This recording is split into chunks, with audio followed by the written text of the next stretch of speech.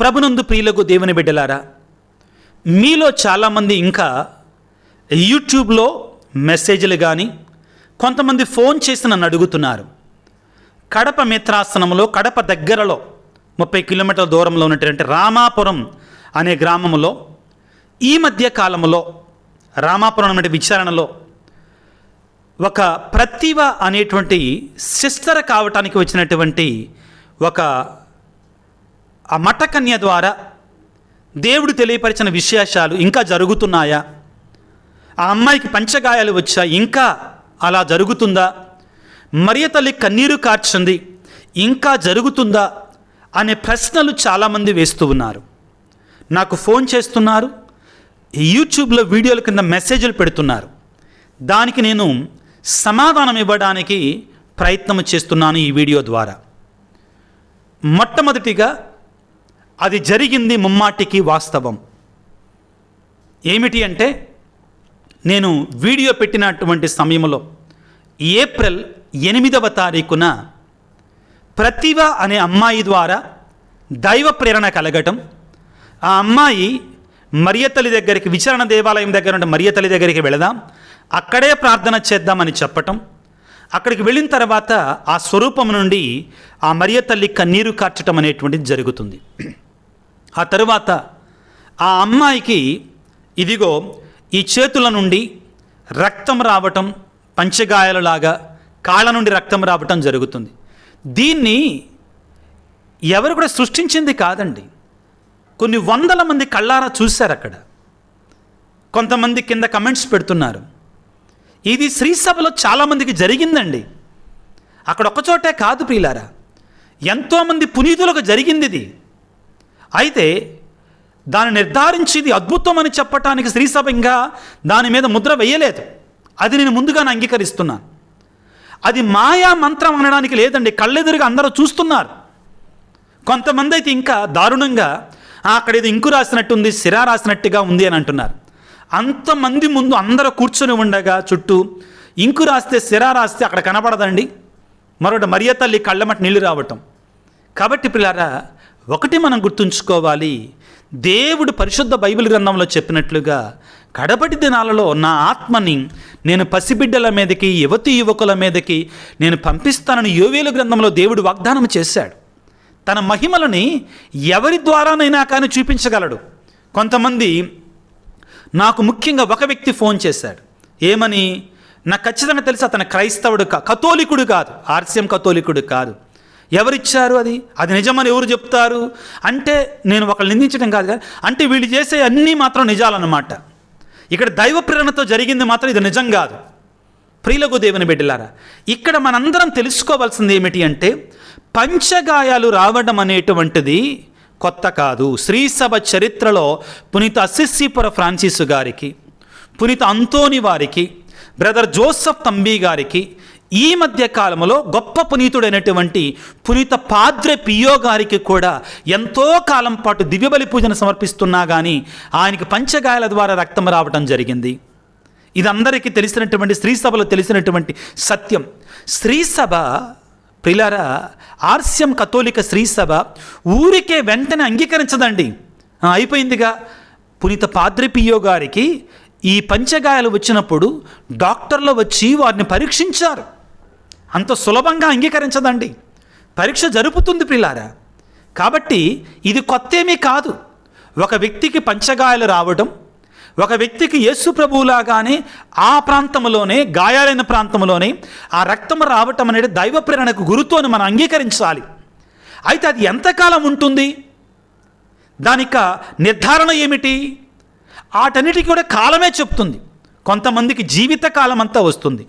నేను ప్రత్యక్ష సాక్షుల ద్వారా విన్నటువంటిది ఏమిటి అంటే, బ్రదర్ జోసెఫ్ తంబీ గారికి తపస్సు కాలంలో శుక్రవారం రోజున ముఖ్యంగా మధ్యాహ్నం 3 గంటలకి రక్తం ధారాళంగా కారేదంటండి. బ్రదర్ జోసెఫ్ తంబీ గారికి ప్రత్యక్ష సాక్షుల ద్వారా నేను ఇంటర్వ్యూ తీసుకున్నాను. నేనేది కూడా బేస్ లేకుండా మాట్లాడతలేదండి. అదేవిధంగా ఈ కడపలో జరిగిన సన్నివేశాన్ని కూడా ఒకళ్ళతో కాదండి నేను మాట్లాడింది, దాన్ని చూసినటువంటి వాళ్ళతో 2-3 నేను ఫోన్ ద్వారా మాట్లాడాను. నాకున్న పని ఒత్తిడి కారణంగా నేను అక్కడికి వెళ్ళి ఉండకపోవచ్చు, కానీ మాట్లాడాను, వీడియోలను పరిశీలించాను. అదేవిధంగా మరియమాతకు కన్నీరు కార్చటం అక్కడ ఒక్కచోట జరగలేదండి ప్రియులారా. నూజివీడులో జరిగింది, వరంగల్లో జరిగింది, సింగారంలో, అదేవిధంగా ఏలూరులో జరిగింది, పలు ప్రాంతాల్లో నేను కళ్ళారా చూసినటువంటిది ఇటలీ దేశంలో చూసాం, మొంటికియారి అనే ప్రాంతంలో ప్రియులారా. అవును, ఇది జరుగుతుంది, దీన్ని ఎవరు కాదనలేరు, మాయలు మంత్రాలు కాదు. కాబట్టి ఇది జరుగుతుంది అనేటువంటిది ఎవరు కూడా కాదనలేరు, ఇది సత్యం. దానికి నిర్ధారణ జరగవలసిన దానికి సమయం ఉంది. కొన్ని సందర్భాలలో దేవుడు మనకి కొన్ని గంటల పాటు, కొన్ని దినాల పాటు ఆ ప్రేరణ ఇస్తాడు. కొంతమంది పునీతులకి జీవితకాలం అంతా ఆ యొక్క ప్రేరణ ఇస్తాడు. అది దేవుని చిత్తం అండి, మనమెవరము అలా కాదు ఇలా అంటానికి. కాబట్టి ప్రియులారా, మీకు ఈ రోజున ప్రత్యేకంగా ఇప్పుడు ఏం జరుగుతుంది రామాపురంలో, ఆ యొక్క కడప మిత్రాశ్రమం దగ్గర ఉన్నటువంటి ఆ యొక్క ప్రాంతంలో అనే సత్యాన్ని, ఆ విషయాలు చెప్పాలనుకున్నాను. నేను మరలా అక్కడికి వెళ్ళి వచ్చిన మనుషులతోటి, సిస్టర్స్ తోటి నేను మాట్లాడటం జరిగింది. మరియ తల్లి కన్నీరు కార్చటం వాస్తవం. ఆ కన్నీరు కార్చినటువంటి స్వరూపం ఇంకా అక్కడే ఉంది. ఎంతోమంది ప్రజలు ఆ మరియమాత యొక్క స్వరూపాన్ని సందర్శించుకొని గొప్ప గొప్ప అద్భుతాలు ఇప్పటికీ కూడా పొందుతున్నారు. ఇక్కడ చాలామంది నన్ను అడిగేది, ఎలా వెళ్ళాలి? మరలా అడగకండి, దయచేసి వినండి. కడప వెళ్ళి కడప బస్టాండ్ నుంచి కారు కట్టించుకోవటం కానీ, లేకపోతే బస్సుల ద్వారా కానీ రామాపురం వెళ్తే అక్కడ ఒక 30 కిలోమీటర్ల నుంచి 40 కిలోమీటర్లు ఉంటుంది. కడప వెళ్ళండి. నాకు ఇంకా కడప వెళ్ళిన తర్వాత అక్కడ 30 కిలోమీటర్లు 40 కిలోమీటర్ల బస్సు ఎక్కి వెళ్ళాలి అన్న తర్వాత కూడా ఎలా వెళ్ళాలి అంటే దానికి ఎవరు చెప్పలేరు. మీతోటి కూర్చొని నేను తీసుకెళ్ళలేనండి, క్లియర్గా చెప్తున్నాను. ఎందుకంటే చాలామంది అడుగుతున్నారు అలాగా.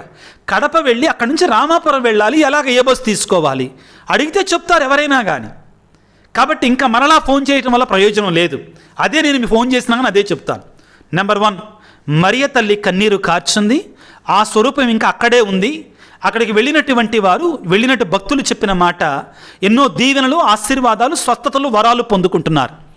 రెండవది, ఆ ప్రతిభ అనేటువంటి సిస్టర్ కావటానికి వచ్చిన క్యాండిడేట్ ఇంకా అక్కడే ఉన్నారా, చేతులలో ఇంకా పంచగాయాల రక్తం వస్తుందా అని చాలామంది అడుగుతున్నారు.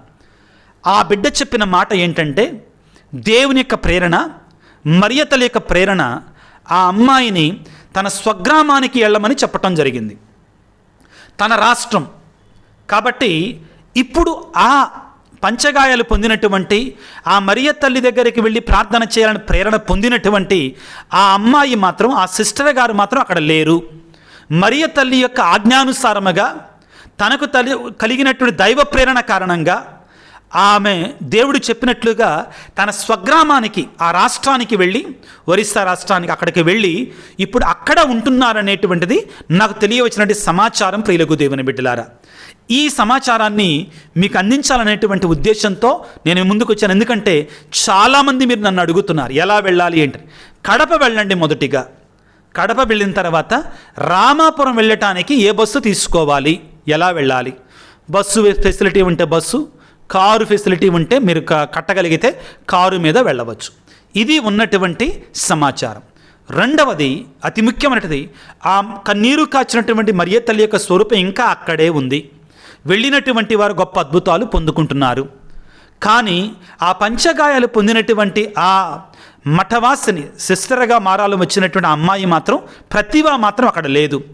మరియ తల్లి ప్రేరణ, దైవ ప్రేరణ కారణంగా తన యొక్క స్వగ్రామానికి చాలా దూరం అండి, అక్కడికి వెళ్ళటం కష్టమవుతుంది మీకు. అక్కడికి వెళ్ళటం జరిగింది. ఎందుకంటే మీలో చాలామంది అడుగుతున్నారు ఈ 2 ప్రశ్నలు. అక్కడికి వెళ్ళటం ఎలాగా, ఇంకా జరుగుతున్నాయా, వెళ్ళవచ్చా, అక్కడ ఆ అమ్మాయి ఉందా అని అడుగుతున్నారు. మీకు అర్థమైంది అనుకుంటాను. ప్రత్యేకంగా ప్రార్థన చేయండి. దాని ద్వారా దైవ ఆశీర్వాదాలు ప్రజలకు అందాలని, నిజమైన విశ్వాసం పెరగాలని, దేవుని కృప ప్రజలకి చేరువ కావాలని ప్రార్థన చేయవలసిందిగా మనవి చేస్తున్నాను. చిన్న ప్రార్థన చేసుకుందాం. అందరం కూడా చేతులు జోడించి, దేవవర ప్రసాదం చేత నిన్న మరియమ్మ వందనము. ప్రభువు మీతో ఉన్నారు, స్త్రీలలో ఆశీర్వదించబడిన వారు మీరే, మీ గర్భఫలముకు యేసు ఆశీర్వదించబడిన వారిగనే. పరిశుద్ధ మరియమ్మ, సర్వేశ్వరుని యొక్క మాత, పాపాత్మలమైన మా కొరకు ఎప్పుడునూ మా మరణ సమయమందున ప్రార్థించండి. ఆమెన్. ప్రభువు మీతో ఉందురుగాక, మీ ఆత్మతో ఉందురుగాక. మరియ తల్లి యొక్క మధ్యస్థ ప్రార్థన ద్వారా ఆ సర్వశక్తిగల సర్వేశ్వరుడు పిత, పుత్ర, పవిత్రాత్మ మిమ్ము మీ కుటుంబాలను చల్లగా దీవించి ఆశీర్వదించి కాపాడుదురుగాక. God bless you. దేవుడు మిమ్ము దీవించుగాక. ఆమెన్.